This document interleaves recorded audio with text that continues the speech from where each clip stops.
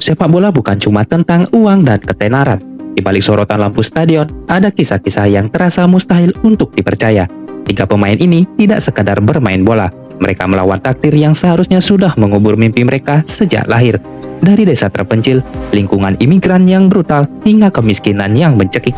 Inilah tiga kisah pemain yang hidupnya lebih gila daripada skenario film Hollywood. Siapkan diri lo, karena di akhir video, lo bakal melihat definisi perjuangan dengan cara yang berbeda.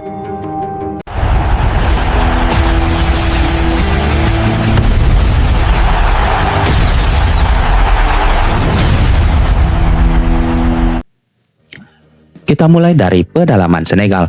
Di sebuah desa bernama Bambali, di sini sepak bola bukan impian, itu adalah kemewahan. Sadio Mane kecil, tumbuh tanpa punya sepatu bola. Dia berlatih dengan batu, terkadang dengan jeruk yang dibungkus kain. Ayahnya adalah seorang imam masjid yang melarangnya main bola karena dianggap membuang waktu. Tetapi Mane tahu dia punya sesuatu dalam dirinya yang terkunci oleh kemiskinan. Puncaknya, dia mengambil keputusan paling gila. Tanpa memberitahu orang tuanya, dia kabur dari rumah hanya berbekal tas berisi baju. Dia menempuh ratusan kilometer menuju Dakar demi ikut seleksi.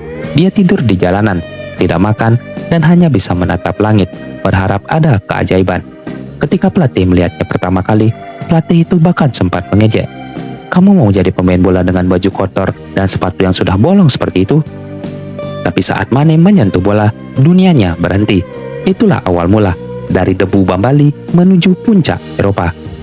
Salah satu hal yang paling membedakan Mane dari bintang sepak bola dunia lainnya adalah cara memandang kesuksesan. Bagi Mane, kekayaan yang ia dapatkan bukanlah tujuan akhir, melainkan alat untuk merombak nasib-nasib orang di tanah kelahirannya. Ia tidak melupakan akar meskipun sudah hidup dalam kemewahan Eropa. Di Bambali, ia mendanai pembangunan rumah sakit modern, sebuah fasilitas yang dulu sangat sulit diakses oleh penduduk desa. Ia juga membangun sekolah menengah berkualitas agar anak-anak di sana tidak perlu menempuh jarak jauh untuk mendapatkan pendidikan. Tindakan ini merupakan bentuk pembangkangan yang paling elegan terhadap kemiskinan. Ia memastikan bahwa generasi setelahnya memiliki peluang yang tidak ia miliki saat kecil. Mane telah mengubah persepsi anak-anak di pedalaman Afrika tentang masa depan. Sebelum era Mane, mungkin banyak anak yang ragu untuk bermimpi besar karena realitas ekonomi yang menghimpit. Namun keberhasilannya menjuarai Liga Champions, Premier League, hingga membawa Senegal menjuarai Piala Afrika 2021 telah menjadi bukti hidup bahwa takdir bisa diubah dengan kombinasi keberanian ekstrim dan dedikasi yang tak henti. Ia tidak hanya menginspirasi melalui kaki, tapi melalui karakter. Sekarang, bayangkan sebuah kawasan bernama Rosengård di Swedia. Kalau lo bukan orang lokal, lo mungkin tidak akan berani masuk ke sana. Di sanalah Zlatan Ibrahimovic lahir dan tumbuh, anak dari imigran Balkan yang hidup di tengah diskriminasi dan kemiskinan ekstrim. Dia sering mencuri sepeda, bukan karena dia jahat, tapi karena dia butuh transportasi untuk bisa sampai ke tempat latihan. Di sekolah, Zlatan dianggap sebagai masalah. Dia sering berkelahi, dia dikucilkan oleh orang tua dan teman-temannya yang merasa dia adalah anak nakal yang tidak punya masa depan. Namun di balik arogansinya yang meledak-ledak, itu adalah benteng pertahanan. Zlatan sadar, di dunia yang keras, kalau lo tidak menjadi yang paling dominan, lo akan diinjak-injak. Dia melatih tendangan taekwondo-nya. Dia belajar bagaimana menjadi singa di antara sekumpulan domba. Dia tidak ingin disukai, dia ingin ditakuti. Sepak bola adalah pelariannya dari realita yang ingin menghancurkannya. Zlatan tidak hanya bermain bola, dia memenangkan perang atas hidupnya sendiri. Banyak orang melihat arogansi Zlatan sebagai bentuk kesombongan, namun bagi Zlatan, itu adalah mekanisme bertahan hidup. Tumbuh sebagai anak imigran di Swedia yang seringkali merasa tidak diterima oleh masyarakat arus utama, Zlatan tidak memiliki hak istimewa untuk menjadi anak baik. Jika dia tidak yakin pada dirinya sendiri 200%, maka tidak akan ada orang lain yang melakukannya. Baginya, harga diri adalah satu-satunya barang yang tidak bisa dicuri dari dirinya di Rosengård, sehingga ia menjaganya dengan menciptakan persona seorang dewa atau singa yang tak tersentuh. Zlatan Ibrahimovic adalah salah satu atlet pertama yang berhasil mengubah namanya menjadi sebuah brand yang mendefinisikan dirinya sendiri. Dia tidak hanya bermain sepak bola, dia bermain dengan narasi. Dengan menyebut dirinya orang ketiga, ia menciptakan jarak antara manusia biasa dan sosok mitos. Hal ini membantunya tetap waras di bawah tekanan luar biasa. Dia mengubah rasa sakit dari masa kecilnya yang terpinggirkan menjadi bahan bakar untuk membuktikan kepada setiap orang yang pernah meremehkannya bahwa mereka salah. Meski citranya sering dikaitkan dengan kontroversi dan aksi-aksi liar, Zlatan adalah definisi dari atlet yang obsesif terhadap kedisiplinan. Kemampuannya melakukan tendangan akrobatik yang sering dikira hasil kebetulan sebenarnya adalah hasil latihan bertahun-tahun di cabang bela diri taekwondo. Zlatan adalah pengingat bahwa di balik retorika yang sombong terdapat dedikasi atletis yang sangat serius. Dia memperlakukan tubuhnya seperti kuil yang memungkinkan karir profesionalnya bertahan jauh lebih lama daripada rata-rata pemain bola, bahkan hingga usianya yang sudah tidak muda lagi sebagai standar atlet profesional. Terakhir, ada kisah yang mungkin paling emosional. Cristiano Ronaldo lahir di pulau kecil Madeira dalam keluarga yang berantakan.